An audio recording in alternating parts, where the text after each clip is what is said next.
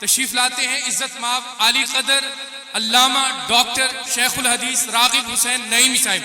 नारा तकबीर, नारा रिसालत, नारा रिसालत। अल्लामा डॉक्टर रागिब हुसैन।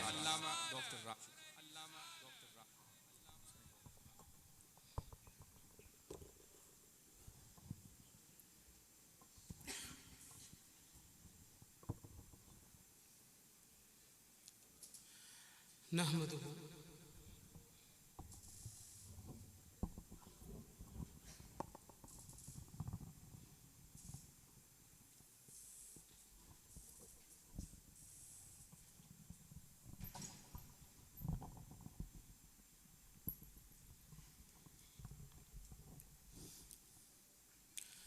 नहमदुहु व नुसल्ली व नुसल्लिमु अला रसूलिहिल करीम। अम्मा बाद फ़ाऊज़ु बिल्लाहि मिनश शैतानिर रजीम। बिस्मिल्लाहिर रहमानिर रहीम।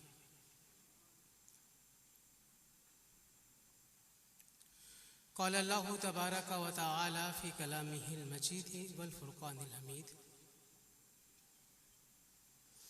व अम्मा बिनिअमति रब्बिका फ़हद्दिस।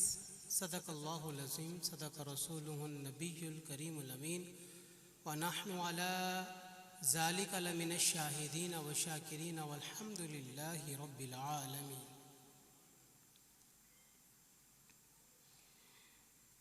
अपनी गुफ्तगू के आगाज़ से कबल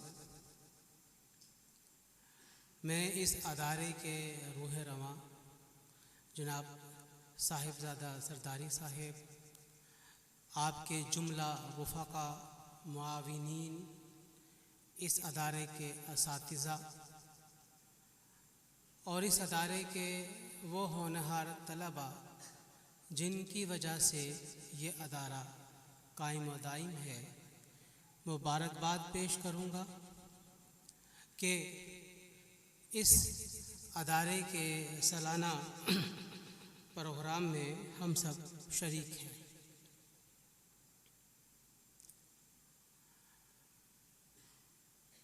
अज़ीज़ तलबा, मुअज़्ज़ज़ सामीन किराम,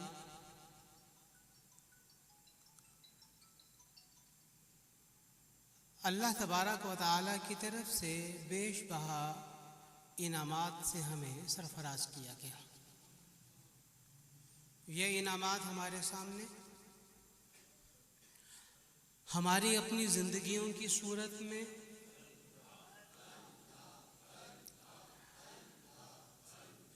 अल्लाह ताला की तरफ से अता करदा हज़ारों नेमतों की सूरत में और इन सब से बढ़कर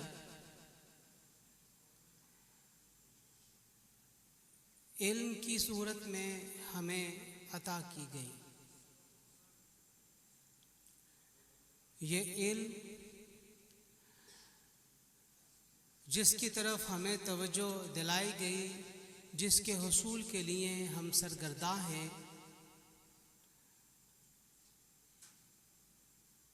अपने अंदर किसी भी किस्म की कोई तफरीक नहीं रखता है। इल्म है। नबी करीम सल्लल्लाहु अलैहि वालिहि वसल्लम से सहाबा कराम सवाल किया करते थे। सिर्फ दीन के बारे में सवाल नहीं करते थे, बल्कि दीनो दुनिया वमा फीहा सब के बारे में सवाल करते थे। और कुरान करीम में जा बजा यसअलूना के साथ इसका ज़िक्र किया गया कि ए नबी सल्लल्लाहु अलैहि वालैहि वसल्लम, ये आपसे सवाल करते हैं इस अमर के बारे में, आप इन्हें ये जवाब अता कर दीजिए।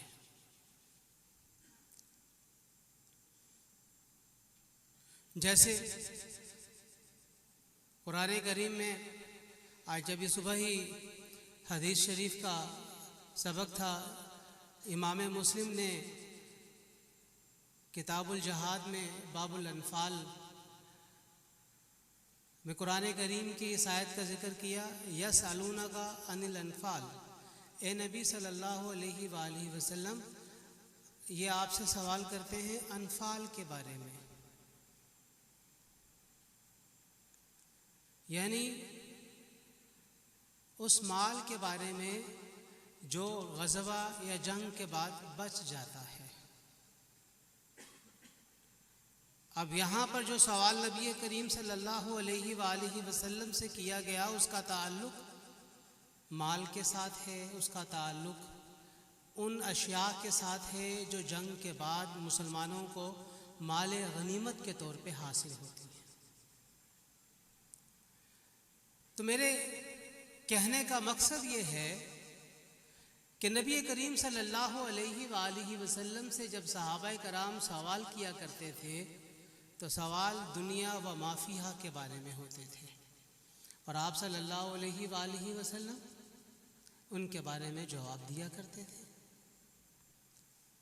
हत्ता के बाद सहाबाए कराम ने अपने वालिदैन के ईमान के बारे में और उनके बरज़खी कैफियत के बारे में भी सवाल किए, और नबी करीम सल्लल्लाहु अलैहि वसल्लम ने उसके जवाब दिए। तो इल्म जिसे कुरान करीम में बयान किया गया, जब उसका तर्जुमा अंग्रेज़ी में किया जाता है तो इल्म के तर्जुमे के तौर पे नॉलेज नहीं किया जाता। नॉलेज तो मालूमात है। इल्म के तर्जुमे में, इल्म की ट्रांसलेशन में लफ्ज़ इस्तेमाल किया जाता है साइंस, यानी कुरान करीम में जिसे इल्म कहा गया है, जब उसको ट्रांसलेट किया जाएगा तो उसे लफ्ज़ साइंस, अंग्रेज़ी ज़बान के लफ्ज़ साइंस के साथ ताबीर किया जाएगा। हम सब ये जानते हैं कुरान करीम में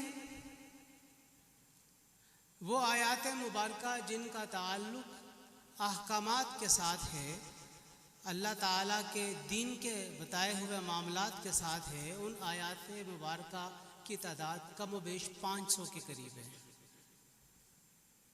यानी इन 500 आयात को पढ़कर, इनका तर्जुमा करके, इसके मा लहा व मा अलैहा की आभास को मुकम्मल करके जो आलिम तैयार होता है उसे हम दीन का आलिम कहते हैं।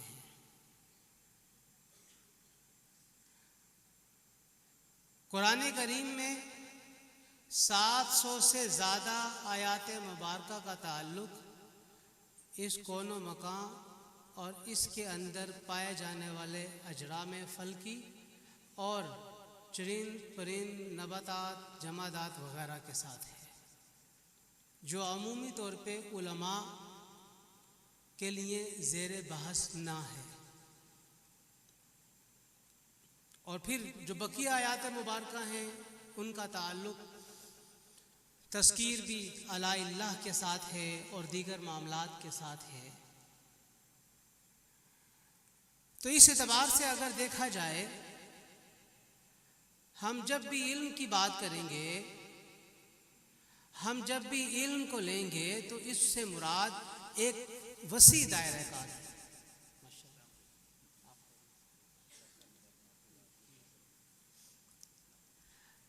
तो इससे मुराद एक वसी दायरा कार है,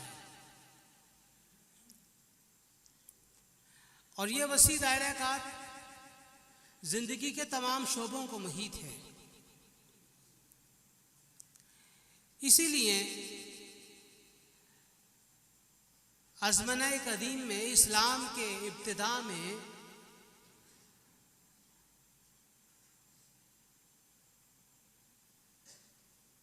उलूम की इतनी ज़्यादा तफसीलात ना नज़र आती हैं जितनी तफसीलात आज हमारे यहाँ मौजूद हैं। और बड़ा अजब मामला है कि उस वक्त के जब 200 साल 300 साल के बाद जब इल्म फैलना शुरू हुआ, कुरान और अहादीस मुबारका का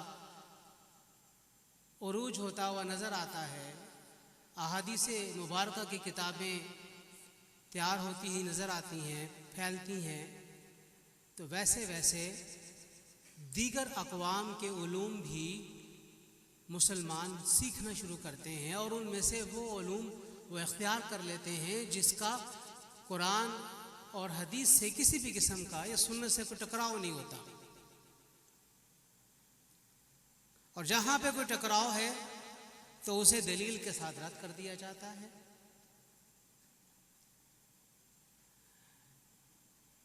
इस बात को बयान करने का जो बुनियादी मकसद है वो ये कि आज के दौर में हमें जब उलूम हासिल करना है तो उलूम के हुसूल के लिए हमें बहुत क्लैरिटी, बहुत वजाहत के साथ वाज़े होके हमें नुक्ता नज़र को अपनाने की ज़रूरत है कि हमने कौन से उलूम और क्यों हासिल करना है, इन उलूम को हासिल करने की वजह क्या होगी।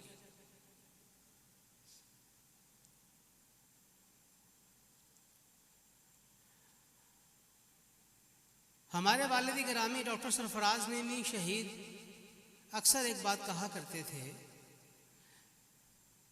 मिंबर पर बैठने वाला खतीब अपने इल्म की गहराई और वुसअत के एतबार से उन तमाम मुक्तदियों से फोकियत रखना चाहिए जो उसके सामने बैठे हुए जुमे का खिताब सुनते हैं। और मुक्तदियों के पास कौन सा इल्म हो सकता है? जाहिर बात है बहुत कम ऐसे होंगे जिनके पास दीन का पूरा इल्म होगा। मुक्तदियों में से किसी का ताल्लुक किसी शोबे के साथ होगा, किसी का किसी शोबे के साथ होगा, किसी का फिज़िक्स के साथ होगा, किसी का केमिस्ट्री के साथ होगा, किसी का बायोलॉजी के साथ होगा, कोई कंप्यूटर साइंस का माहिर बैठा हुआ होगा, कोई मैथमेटिक्स का माहिर बैठा हुआ होगा, कोई मैनेजमेंट साइंसेस से ताल्लुक़ रखने वाला होगा। तो उनका मतबे नज़र ये था कि जो खतीब मिंबर पर बैठा हुआ गुफ्तगू कर रहा है, एक तरफ उसकी गुफ्तगू इतनी पुख्ता होनी चाहिए कि मौजूद सामीन में से कोई भी ये ना कह पाए कि हमारे मौलवी साहब को तो पता ही कुछ नहीं है, पता नहीं किस ज़माने की बातें कर रहे हैं। और कोई ये ना कहे कि जिस नज़रिए को बयान किया जा रहा है ये नज़रिया आजकल मौजूद ही नहीं है, पता नहीं किस वक़्त और किस दौर का नज़रिया उठा के मिंबर पे बैठ के बयान कर रहे हैं। इसीलिए मैंने अपनी गुफ्तगू के आगाज़ में ये कहा है कि जो इल्म की एक तफरीक हमारे यहाँ पैदा हो चुकी है, जिसे हम उलूम दीनिया और उलूम दुनियाविया कहते हैं, बुनियादी तौर पे इस्लाम में ये तफरीक इस तरह नहीं है जिस तरह पैदा हो चुकी है। और इस तफरीक के पैदा होने का एक बहुत बड़ा सबब बर्रे सगीर पाको हिंद पर अंग्रेज़ की हुकूमत, और हम सब जानते हैं जब 1857 की जंग आज़ादी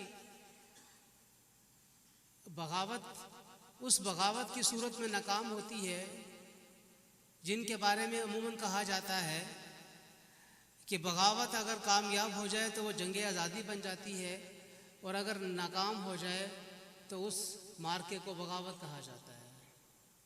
चूँकि मुसलमान जंग आज़ादी में कामयाब नहीं हो पाए तो अंग्रेज़ों के हाँ वो बगावत ही कहलाई।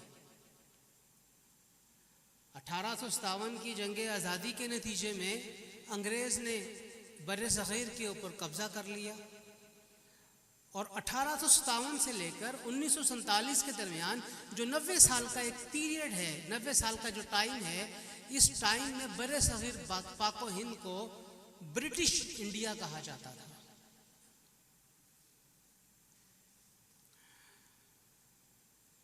उलमा ने अपने अपने मदारिस में अपने आप को मुकफ़ल कर लिया और अपने तय ये सोचा कि हमने अब जो इल्म दीन हमारे पास है इसकी हमने हिफाजत करनी है और हमने रूखी सूखी खा लेनी है, लेकिन इल्म दीन पे आँच नहीं आने देनी। और फिर उसी 90 साला दौर का नतीजा ये निकलता है कि उलमा और हुक्मरानों में एक मुखासमत का उसूल हमारे सामने नजर आया। उस वक़्त हुक्मरान जो ब्रिटिश थे वो ये समझते रहे कि बर्रे सगीर पाक व हिंद में अगर हमें किसी से मद्दे मुकाबिल कोई जिससे हमें तकलीफ पहुंच सकती है, जिससे हमें नुकसान पहुंच सकता है, ये तबका उलमा है।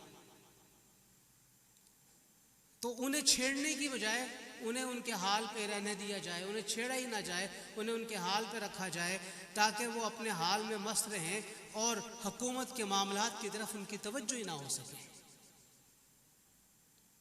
ये तो भला हो मुस्लिम लीग का कि कायदे आज़म मोहम्मद अली जिन्ना की क़यादत के अंदर बर्रे सगीर पाक व हिंद में बड़े कानूनी और अमली तरीके से बग़ैर किसी किस्म के जंग व जदल के पाकिस्तान को आज़ाद करवा लेने में उन्होंने कामयाबी, या पाकिस्तान के नाम से एक नया वतन लेने में कामयाबी हासिल कर ली। लेकिन उन्होंने जितनी भी लड़ाई लड़ी वो भी इल्म की बुनियाद के ऊपर, कानून की बुनियाद के ऊपर लड़ी। और हमें ये मालूम होना चाहिए कि बर्रे सगीर पाक व हिंद की जो तकसीम हुई है ये हकीकत में उस कानून का नतीजा था जो बरतानिया के दारुल हुकूमत लंदन में वहाँ के दारुल अवाम यानी पार्लियामेंट ने बर्रे सगीर को तकसीम करने का एक कानून बनाया। और उस कानून के नतीजे में बर्रे सगीर में दो मुल्क बन गए, एक पाकिस्तान और एक इंडिया।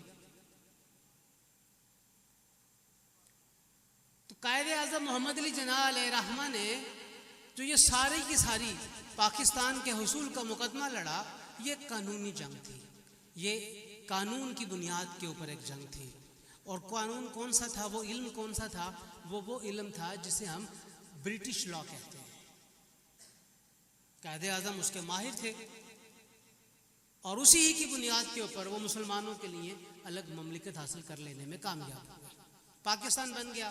पाकिस्तान बनने के बाद अब होना तो ये चाहिए था कि मुल्क में दीनी और दुनियावी उलूम की जो एक दुई अंग्रेज़ के दौर से चली आ रही थी उसे ख़त्म करने की कोशिशें और काविशें होनी चाहिए। और मस्जिद जो है उसे बाकायदा तौर पे उस इंस्टीट्यूशन को रजिस्टर होना चाहिए और मस्जिद के इंस्टीट्यूशन को हुकूमत के साथ अटैच होना चाहिए। लेकिन पाकिस्तान बनने के बाद भी 75 साल हो गए, इस तरह के मामले ना हो सके और मस्जिद का इंस्टीट्यूशन उसी तरह चलता रहा जिस तरह बर्रे सगीर पाक व हिंद में ब्रिटिश रूल में, ब्रिटिश हुकूमत में ये मसाजिद और मदरसे चलते रहे। यही वो बुनियादी वजह है कि आज भी हमें एक मुखासमत नज़र आती है हुक्मरानों में, हुकूमतों में और मदारिस और मसाजिद के करता धरता या मदारिस और मसाजिद के चलाने वालों में हमें एक रिफ्ट नज़र आती है। और ये रिफ्ट किसी भी तौर पे ख़त्म होने का नाम नहीं ले रही।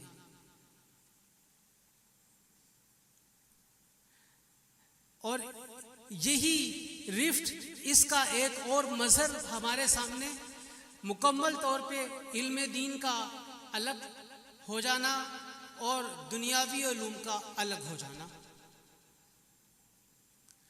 जिस वक़्त मुल्ला निज़ामुद्दीन सहालवी ने दरस निज़ामी का सिलेबस तश्कील दिया तो दरस निज़ामी के सिलेबस की तश्कील की बुनियादी वजह ऐसे अफराद की तैयारी थी जो अफराद तैयार होने के बाद हुकूमती मामलात में उस वक़्त की हुकूमतों को मदद दे सके। लेकिन इनमें से वो उलूम जिनका ताल्लुक़ इल्म हिंसा के साथ था, अलजबरा के साथ था, रियाजी के साथ था, जोग्राफिया के साथ था, वो उलूम की किताबें हमने निकाल दी दरस निज़ामी में से। और उसके नतीजे में जो दरस निज़ामी हमारे पास बचा वो सिर्फ़ और सिर्फ अलूम दीनिया का एक मुरक्का था। कुरान, हदीस, तफसीर, फ़िक़्ह, असूल फ़िक़्ह, इल्म बलाग़ा, बहुत भी हुआ तो इल्म मंतिक। इल्म हिंसा ख़त्म हो गया, इल्म जबरा ख़त्म हो गया, जोग्राफिया ख़त्म हो गया, फ़लसफ़ा ख़त्म हो गया।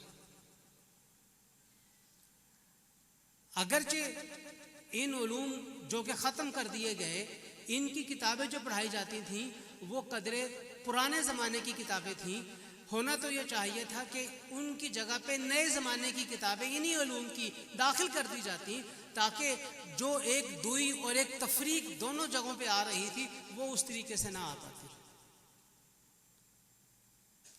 आपके सामने मैं तुर्की की मिसाल रखता हूँ। तुर्की में एक स्कूल सिस्टम है जिसे हम कहते हैं इमाम हातिब स्कूल सिस्टम। इमाम हातिब स्कूल सिस्टम में 12वीं जमात तक दीनी उलूम चुनीदा और दुनियावी उलूम चुनीदा वो मिला के पढ़ाए जाते हैं FA तक, 12वीं जमात तक। और 12वीं जमात के बाद बच्चे को इख्तियार होता है कि उसने आगे उलूम साइंस की तरफ जाना है या उलूम दीनिया या उलूम समाज की तरफ जाना है। यानी FA तक वो जो उलूम हासिल करता है उसमें एक बेहतर हिस्सा दीन का भी वो सीख जाने में कामयाब हो जाता है। और बाद में फिर वो तयन करता है अपनी आइंदा ज़िंदगी का कि उसने किस मैदान में जाना है। अब हमारे यहाँ ये मामला इतना मुश्किल हो चुका है कि जो इल्म दीन हासिल करना चाहता है वो 8 साल तक इल्म दीन हासिल करेगा मैट्रिक या FA के बाद, 8वीं के बाद। और अगर कोई दुनियावी इल्म हासिल करना चाहता है तो वो इल्म दीन नहीं हासिल कर सकेगा, क्योंकि उसके पास उतना वक्त नहीं है। ऐसे अदारे हमें गनीमत तस्वुर करने चाहिए जहाँ पे उलूम दीनिया और उलूम दुनियाविया दोनों के दोनों तलबा को पढ़ाए जाते हैं, ताकि एक तालिब इल्म जब पढ़कर मार्केट में आएगा, निकलेगा, तो उसके ऊपर छाप नहीं होगी एक ख़ास किस्म के नुक्ते नज़र की। वो एक ख़ास किस्म के नुक्ते नज़र का हामिल नहीं होगा, उस पर यकीनी तौर पे वुसअत आएगी।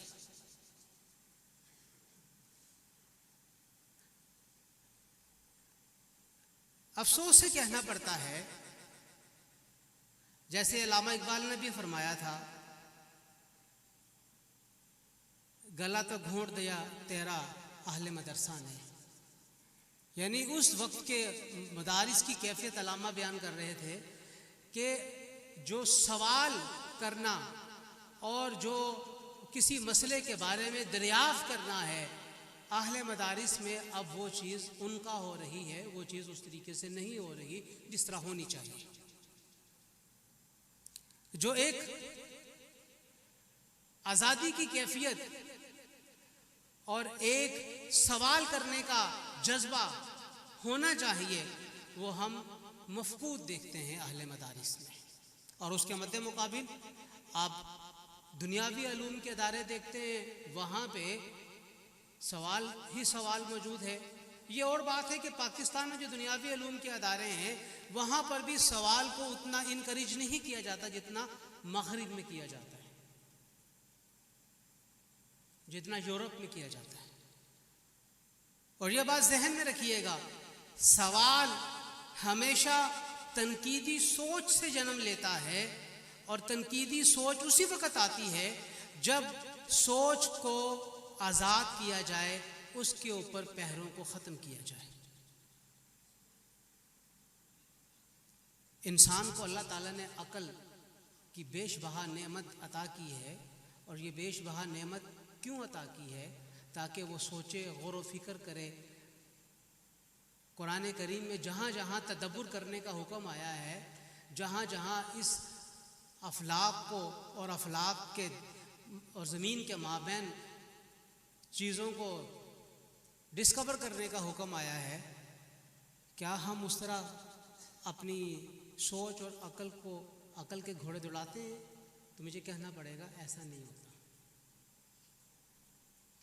मुआशरे वही तरक्की करते हैं जहाँ पे सोच पर पहरा ना हो, जहाँ पे तनकीदी सोच को फ़रोग़ दिया जाए, जहाँ पे सवाल करने को जुर्म न समझा जाए, और जहाँ पर सवाल करने को अच्छा समझा जाए, और सवाल करना ही इल्म में वुसअत का बाइस बनता है।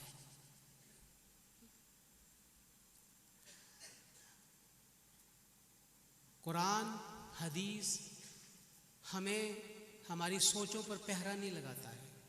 कुरान हदीस सुन्नत हमें आगे बढ़ावा देते हैं, हमारी सोच को, हमारी फ़िक्र को बढ़ावा देते हैं, हमें आगे से आगे जाने के लिए बार बार इसरार किया जाता है। तो बाद में ये कर रहा था कि ऐसे अदारे हमारे लिए गनीमत हैं जहाँ पे दीनी और दुनियावी तालीम को एक इम्तिजाज की सूरत में पेश किया जाता है, जहाँ पे तलबा को मौक़े फराहम किए जाते हैं कि वो दीन को सीखें, दुनिया को सीखें और निकल कर अपनी अपनी उस्ताद तबा के मुताबिक इस रुए ज़मीन के ऊपर अल्लाह और अल्लाह के रसूल का काम करें। उसके लिए उन्हें जिस तरह भी अपने मामलात को देखने की ज़रूरत है, अपने मामलात को वो उस अंदाज से देखें और कोशिश ये करें कि हमारे वजूद का जो मकसद, इब्तदाई मकसद कि अल्लाह ताला को अपनी इबादत से खुश कर लिया जाए और उसके बाद अल्लाह की मखलूक के लिए खैर के असबाब फराहम किया जाए, ये हमारा ज़िंदगी का मकसद होना चाहिए। इजादात, इनोवेशन, ये भी खल्क़ खुदा की बेहतरी और भलाई के लिए होती है, और अगर ये एक मुसलमान के हाथों पर हो तो उसके क्या ही कहने। लेकिन हम सब जानते हैं कि दुनिया के 58 इस्लामी ममालिक इनोवेशन, इजादात के एतबार से दुनिया में किस मुकाम पर खड़े हैं, और उन्हें अपनी तरक्की के लिए मग़रिब का मरहून मन्नत होना पड़ता है।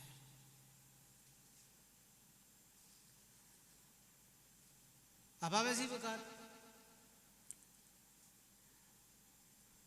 इल्म दीन हासिल करें, बजा तौर पे हासिल करें, और हम सब ये जानते हैं कि कितना इल्म दीन हासिल करना हम में से हर एक के लिए लाजिम है। इबादात के बारे में से कितना हासिल करना हम में से हर एक के लिए लाजिम है। उन उलूम को भी हासिल कीजिए जिनकी बुनियाद पे अपने लिए रोज़ी रोटी का एहतमाम करना है, अपने लिए इस ज़िंदगी के सफ़र को चलाने के लिए वो तमाम ज़रूरी एहतियाजात का इंतज़ाम करना है जिसके बग़ैर ज़िंदगी का सफ़र चल नहीं पाता। और उसके लिए जिन उलूम की ज़रूरत है वो आपको होने चाहिए।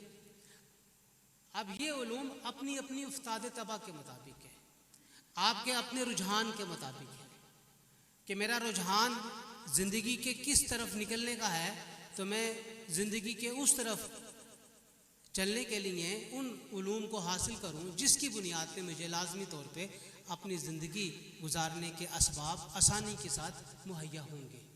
लेकिन इल्म दीन उतना लाजमी हासिल करना है जिसके हासिल करने से मेरी इल्म दीन की जो एहतियाज है वो ख़त्म हो, मुझे उसके लिए किसी के आगे सवाल ना करना पड़े। मुझे मालूम हो कि मेरा ये मसला है ज़िंदगी का जिसका ताल्लुक़ दीन के साथ है और मुझे इस मसले का हल आता है, मुझे इस मसले का हल मालूम है। अपनी बात को समेटते हुए ये अर्ज़ करना चाहूँगा कि हमारे अहले मदरसा जब इस हकीकत और इस मसले को हल कर लेने में कामयाब हो जाएंगे कि मदरसे का और रियासत का आपस क्या ताल्लुक़ है, मस्जिद के इंस्टीट्यूशन का और रियासत का आपस में क्या ताल्लुक़ है, तो फिर हम अपने मुआशरे से वो तमाम की तमाम चीज़ें भी ख़त्म करने में कामयाब हो जाएंगे जिस की बुनियाद के ऊपर हम मुआशरे में अहले मदरसा, अहले मसाजिद और हुकूमत के दरमियान एक क्लैश, एक तसादुम की फ़ज़ा देखते हैं।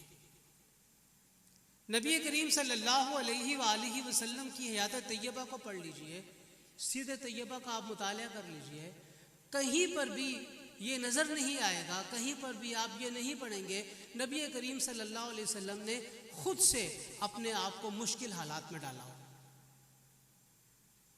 लेकिन मुश्किल हालात आए तो सीना सफ़र हुए, उनसे घबराए नहीं आपने पीठ नहीं मोड़ी, लेकिन खुद से मुश्किलात को तवज्जो नहीं दिलाई कि आ बैल मुझे मार।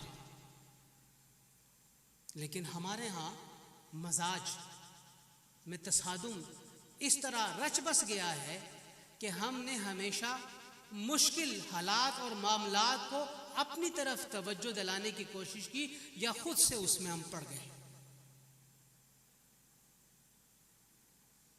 और फिर अहले मदरसा का, अहले मसाजिद का या अहले मज़हब का एक मजाज बन गया है कि हमेशा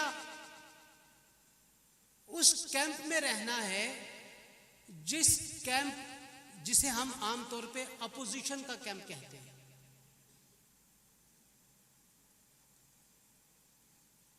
ये शायद पाकिस्तानियों की एक डीएनए के अंदर ये चीज़ पाई जाती है, वो कभी भी अपोजिशन से अपने आप को बाहर नहीं निकाल पाते, हमेशा से अपने आप को अपोजिशन के अंदर रखने की कोशिश करते हैं, कभी भी दूसरी तरफ जाने की कोशिश नहीं करते। मैं एक मिसाल आपके सामने पेश करता हूँ। पाकिस्तान में अफगानिस्तान के मामलात और ताल्लुकात हैं। पाकिस्तानियों ने हमेशा अफगानिस्तान के उन लोगों के साथ अपने रवाबित बढ़ाए जो किसी ज़माने में अपोजिशन में हुआ करते थे। जाहिर शाह की हुकूमत आई तो हम दाऊद के साथ थे जो अपोजिशन में था, और दाऊद जब हुकूमत में आया तो हम जाहिर शाह के साथ हो गए। अशरफ गनी जब हुकूमत में आया तो हम मद्दे मुकाबिल तालिबान के साथ हो गए, और जब तालिबान हुकूमत में आए तो हम उनके मुखालिफ खड़े हो गए। ये कोई पाकिस्तानियों के डीएनए में शामिल है कि हमने हमेशा से अपोजिशन के साथ अपने ताल्लुकात को रखना है, जिसका पाकिस्तान को आलमी तौर पे भी और पाकिस्तान को अंदरूनी तौर पे भी, पाकिस्तानियों को अंदरूनी तौर पे भी और ख़ास तौर पे अहले मज़हब को इसका बड़ा नुकसान उठाना पड़ा है। अहबाब, अपनी बात को समेटते हुए, अपनी गुफ्तगू को बिल्कुल इख्तिताम पे ले जाते हुए अर्ज़ करना चाहूँगा कि अहले मज़हब को बहुत गहराई के साथ सोचने की ज़रूरत है। अहले मज़हब को बहुत गहराई के साथ दीनी मामलात को आगे लेकर चलने के लिए हिकमत अमली इख्तियार करने की ज़रूरत है, और ये देखने की ज़रूरत है कि अपने नुकसानात को कम से कम करते हुए हम किस तरह दीन के पैगाम को ज़्यादा से ज़्यादा फैलाने में कामयाब हो जाएं। वमा अलैना इल्लल बलाग।